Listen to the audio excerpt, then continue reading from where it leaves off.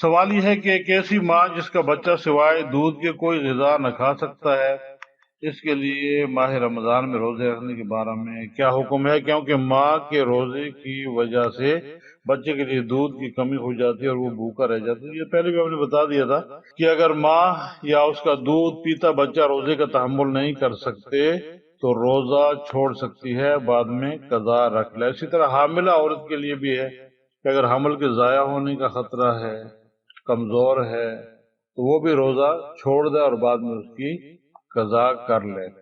اسی طرح ایک صاحب نے سوال کیا ہے کہ میرا مسئلہ یہ ہے کہ میں عرصہ دراز سے پیشاب کی مہلک بیماری میں مبتلا ہوں اور اس میں 24 گھنٹے آدمی کا پاک رہنا بہت ہی مشکل ہے۔ ایسی حالت میں جب کہ مدرجہ بالا صورتحال درپیش ہو تو کیا آدمی روزہ نماز کر سکتا ہے یا نہیں؟ اکثر لوگ یہ کہتے ہیں کہ پاکی ناپاکی سے کچھ نہیں ہوتا، نیت صاف ہونی چاہیے، قبول کرنے والا اللہ کی ذات ہے، اور یہی وجہ ہے کہ میں نماز وغیرہ بالکل نہیں پڑھتی۔ کیا آپ مجھے اس سلسلہ میں مفید مشورہ دیں گے؟ جی مہربانی ہوگی، بڑی مہربانی جی۔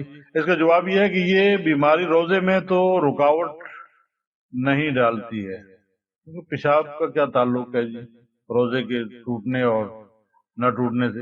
البتہ اس سے وضو ٹوٹ جاتا ہے، مگر چونکہ آپ معذور ہیں اس لیے ہر نماز کے وقت کے لیے نیا وضو کر لیا کیجئے، اور جب تک اس نماز کا وقت رہے گا وضو اس عذر کی وجہ سے آپ کا وضو نہیں ٹوٹے گا۔